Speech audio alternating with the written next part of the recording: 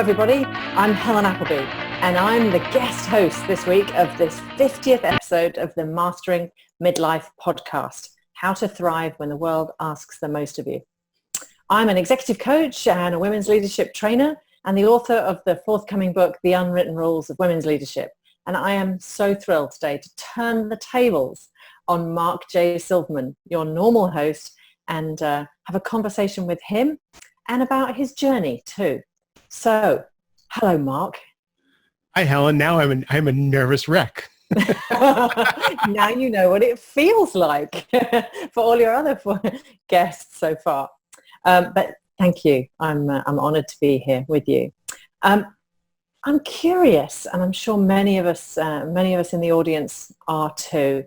You call your Mastering Midlife podcast "How to Thrive When the World Asks the Most of You," which is that's a really interesting idea, isn't it? And I guess I'm curious, when did life ask the most of you?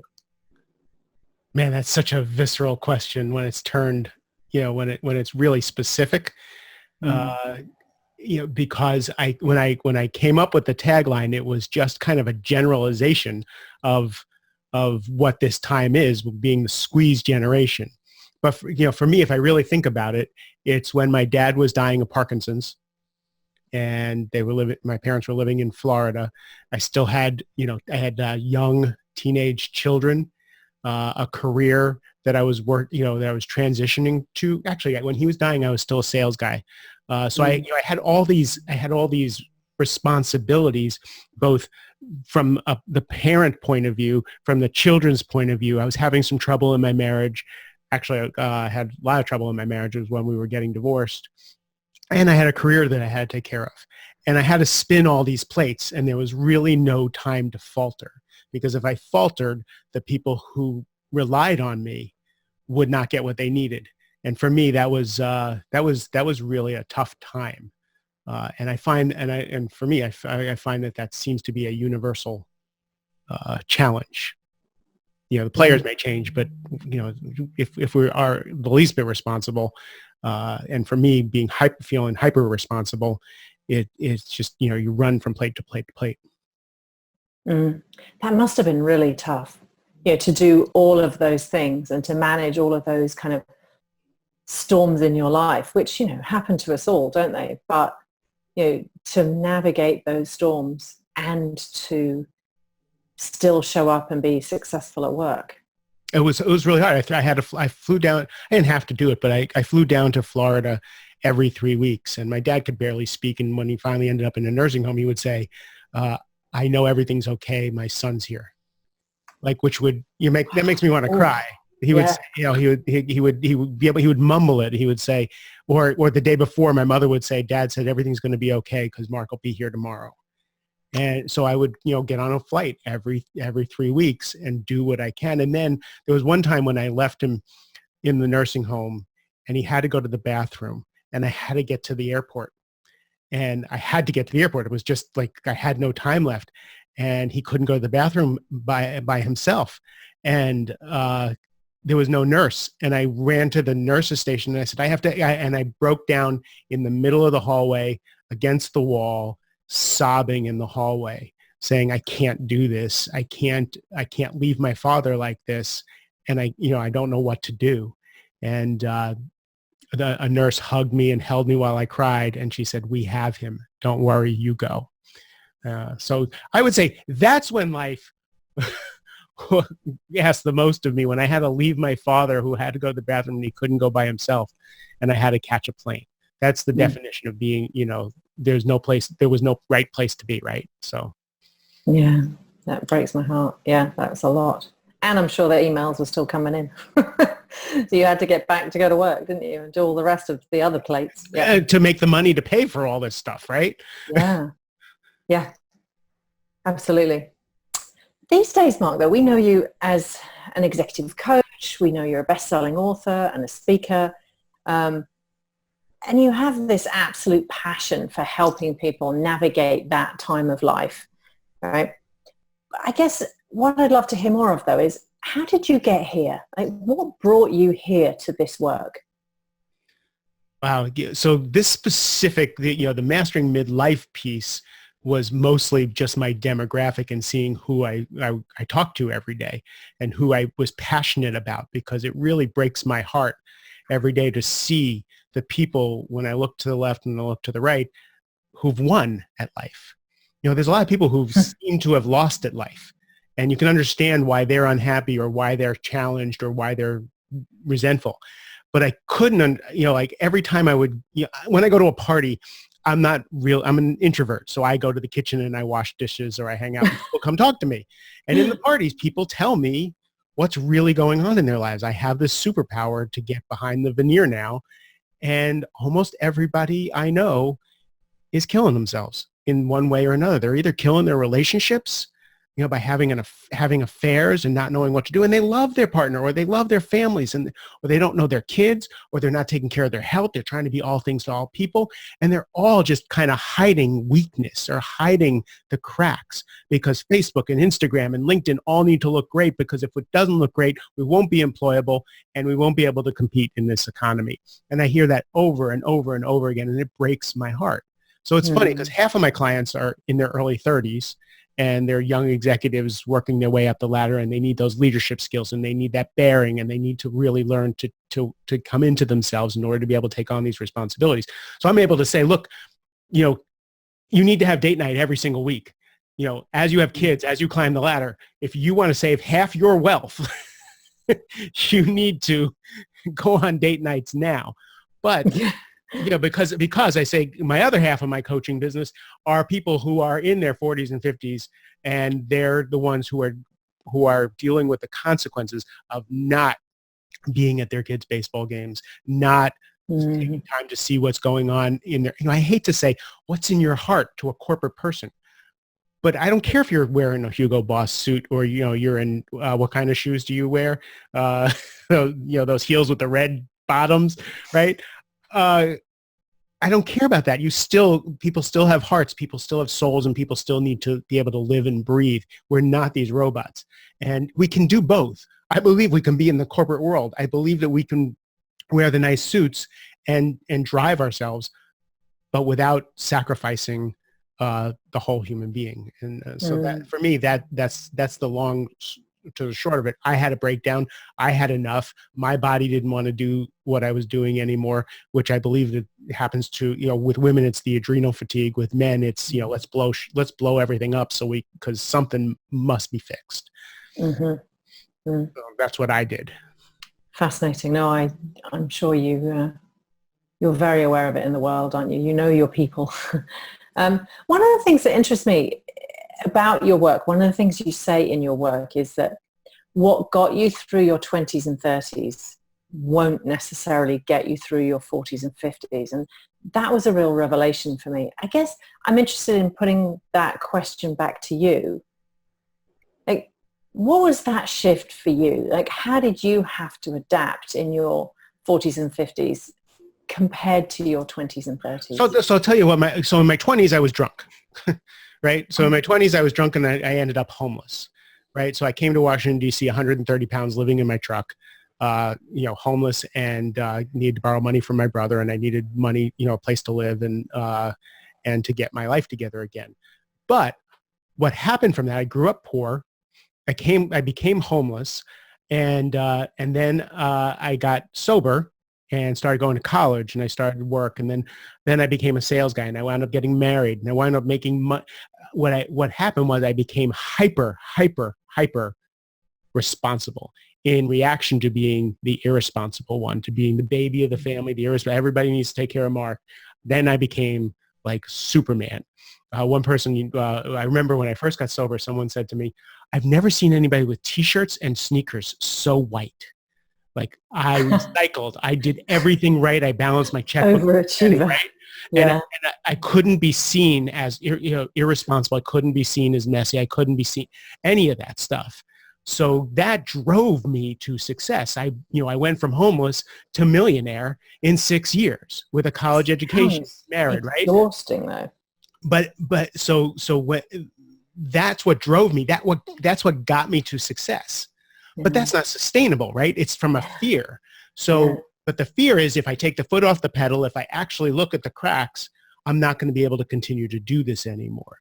And that was the rough part, is to say, how can I become a whole person? How can I look at the things that I'm running from, when they're the ones that then the things that made me successful in the first place? And everybody has this version of an origin story, like the lawyer who's dyslexic and didn't tell anybody and put himself through law school, right? How incredible! But he always felt like he had to work 3 times as hard as everybody else just to stay even, right? So there's person after person after person what got them to be successful is going to start to turn on them, because at midlife is when the voice starts to whisper. At midlife, it's when you start to see that what you were doing is, the needle, if you could see it, the needle is all the way in the red all the time when you're running from that place, instead of being able to have some range and be able to take the foot off the gas and relax into what you're doing. And then you never get to enjoy your success. And back to why do I do what I do? These people don't know that they won. They don't understand that they got it all. It's just because it's not what they really wanted. What they really want is relationship. What they really want is creation and art and connection and all that, which they can now have. They did the hard work. And that's the crux of my work, is you did the hard work. What do you want to create now? And it may be more money. Awesome. But for what reason? It's hard though, when you're in the machine, to see all that. I think, like you said, when the world asks the most of you, when you are on that plane and you are doing the emails, I guess it's not until someone comes along like you and helps you see it that you can see how far into the machine you are. And for me, it was, Steve Chandler when he was coaching me, and I said, I hate my job. I hate every day of it. I can't stand it. And he says, Mark, I can't coach someone who hates what they do every single day of their life. Why won't you make the switch? You're ready to be a coach. You're ready to start this career. And I said to him, because everybody in my life depends on me, and they want every last ounce of blood out of me. I had an elderly mother. My father had died. I had an ex-wife and kids who needed my money, right? And I'm like, I can't even see my way clear to the other side of this. And it wasn't until I had a conversation with everybody in my life when they said, no, this is what you were born to do and we support you to do it. They still wanted their money, but they were totally, and they've been totally supportive ever since. Wonderful. Thank you. You're 56 now. What do you know now that you wish you'd known 20 years ago? You go back to that 36-year-old, I guess, or somewhere in your 30s. What do you know now? To keep my NetApp stock, to buy Apple at that time, and that's a really hard question, because there's some choices I would have made different. I wish I would have known my kids were going to be okay. Like that would have been awesome to know my kids. But would I have parented it as hard? Right? Would I have been as vigilant? To know that I would still be alive, because I didn't know that I'd still be alive after 50. But to know any of the things, again, I have to go back to, I learned what I needed to learn. I made the mistake. So being homeless and crashing and burning stone cold sober when I got divorced and getting sick and destroying my career, stone cold sober in my late 40s, the mistakes I've made, how could I not embrace them? Because I think they're the reason why there's no judgment when anybody sits in my coaching chair. I can be with anybody, with anything. I can hold anybody's pain without taking it on. And I have no judgment, because I've done it all and I've screwed it all up and I've been successful and I've, so I want to cry. I have nothing on any other human being. Any other human being has nothing on me. So my experiences, I can't change any of it, because then I wouldn't be able to be who I am for the people who come into my life. So that's a hard question. And most of them are, I think I'd want to not eat a few pizzas and save a little more money. Other than that, I really can't see changing any of it. That's wonderful. Yeah. But I did hear the father in you there. Like, I wish I'd known then that my kids would be okay. And I guess I wish you also wish you knew that you'd still be here and thriving at 56. Right. Again, who knew at 56 it would be like, a whole new career. My creative energies at 56 are like the most juicy and amazing and innovative than they've ever been in my whole entire life. I'm more alive today, more free today than I've ever been in my life. Who would have known that? 40-year-old Mark would not have known that 56-year-old Mark would be just exploding with all kinds of things. So it's really amazing. That's mastery, my friend. That's what you teach. What will your legacy be, Mark? You know, it's funny I could cry. When I started this podcast, you were one of my first guests. And I did the first 10 podcasts.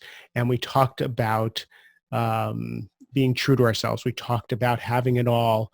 We talked about the stress that you went through and how you navigated all that. And are a ladder for other women. And then we talked about mental health, and we talked about grief and we talked about sex in those first 10 episodes. And I thought, if I die tomorrow, I've left a legacy for people that is exquisite. Now, 50 episodes in, I look back and I feel like if people listen to my 50 episodes of Mastering Midlife, they would get some comfort and some insights into a way of living. So that is, for me, amazing. But the legacy I hope to leave, besides just exquisite children, which they are pretty amazing, is a legacy of relationships where everybody who walked into my life felt loved and healed and enough and relaxed, reflection. Those are probably all things I want and all things I live. But if I want everybody who's come in contact with me to feel loved and know that they've been touched. It's beautiful. Wonderful. And you have to finish the second book too. You've got one bestseller. The book is writing itself as we speak. Yes, exactly. My goodness me. So we know, don't we? We know that you're a one-on-one coach. You speak on stages. You're finishing the book, but your one-on-one practice is full at the moment. I'm pretty blessed. What's next? Yeah. What's next for you? How can people work with you? So what's next is 50 more episodes of this podcast, because I love every minute of it. So my first full-blown group program, because again, I don't have the capacity to work with many more people. I'm always, I have a waiting list, and that's really cool. But a group program for executives and successful people, and that seems to be who's attracted to me, because one of the things I notice is a lot of them are lonely. A lot of the executives that I work with don't have a peer group. They've been promoted from being part of the team to now running the team, and they don't have people to talk to. Especially men. Men don't have a lot of people. They don't have a posse. They may play golf with a few people, but they don't talk about stuff. And they don't have anybody to work with on business issues. But the business, the personal, it all just kind of melds into each other. So I want to build a team of like-minded, successful people who can be there for you.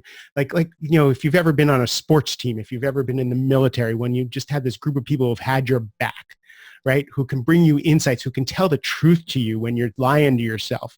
So that next group, the Mastering Midlife Mastery Circle, is starting up soon.